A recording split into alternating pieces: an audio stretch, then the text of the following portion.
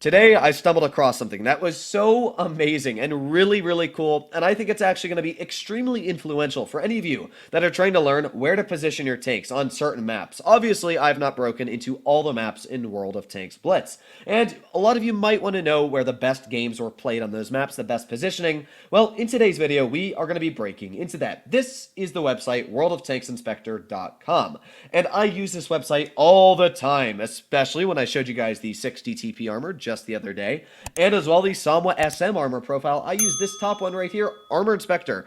Absolutely fantastic, and it shows you, all the armor. You can use base armor where the modules are inside of vehicles. It really is great for learning how to penetrate vehicles if you're struggling to pen or drive a tank, how to angle it. Really, World of Tanks Armor Inspector is my favorite application for knowing anything in World of Tanks. But not only that, they've also got Map Inspector, the replay library where you can see live replays played out. You can see how vehicles were destroyed, special things like that. And then we have heat maps. Now, heat maps is actually insane. The way it works is that any replays uploaded to World of Tanks Inspector, as you can see here, are added into a database, and they grab information from the database. They see where vehicles were played. It maps where the tanks were driven.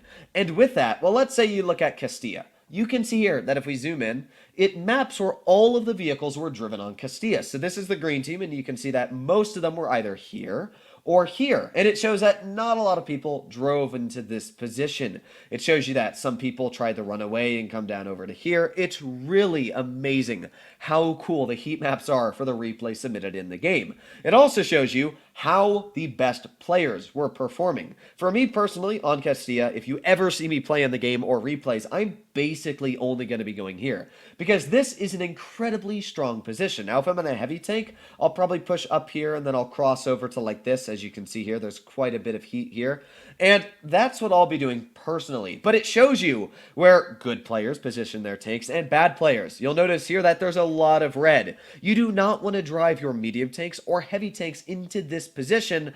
Maybe around this corner here, sometimes you can push heavies, but apart from that, really, it's so much better sitting hull down right here. So that's one thing to keep in mind. As well, you'll notice that there's really not that much red over here. You'll get average games out, 600 to 1200 XP out here. But again, 1200 plus XP games were all pulled out basically in this position. That shows you just how powerful certain parts of a certain game are. And you can do this for any game. We can get up a game, let's say like, I don't know, Rockfield. Now, Rockfield is a map that can be very tricky to play.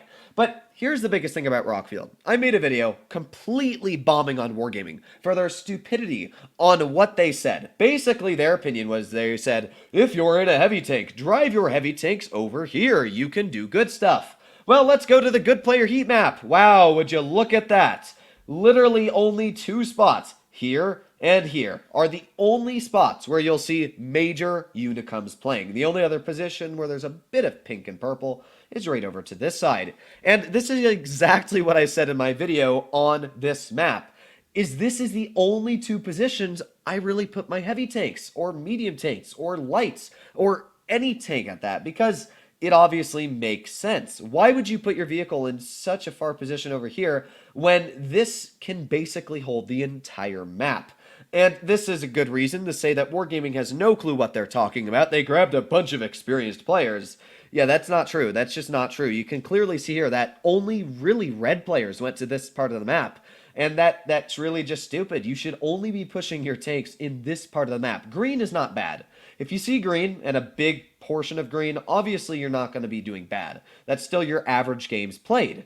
So anybody pushing over here isn't doing bad, but they're obviously also not doing fantastic. But you can see that there is quite a bit of purple that would squeeze on through here, come over here. But really, it's only this part of the map you want to play. If you're playing over here, you definitely should be changing your perspective.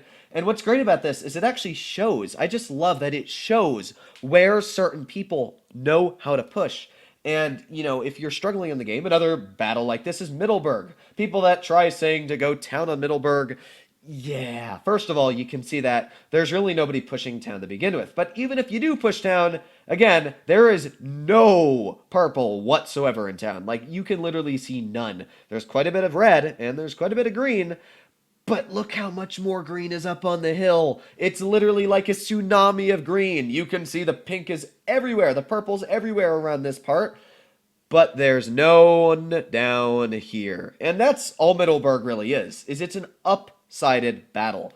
And this goes for a lot of the games, like Nube. As I always say, bridge is the most important part of Nube. Sure, we can see there are some purple strands coming through here, and yeah, every now and then you might have a really good game where you have to push town because your team goes that way. But notice the stark difference in how purple it is pushing to bridge on Nube. And you know, it's pretty simple. Most maps have one side that is way more beneficial to the other. You'll see on mines, obviously pushing the hill on mines, look at how much more beneficial it is than pushing off to the side. Look how much more red and green there is off to these corners here, over here, than there is pushing here.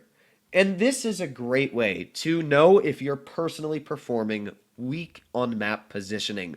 Obviously, I try to make map positional videos, and most of the videos I've made from what I've looked at on these maps here are basically identical, which is great because honestly, the games that I play are very similar to the ones that it's showing that are very good.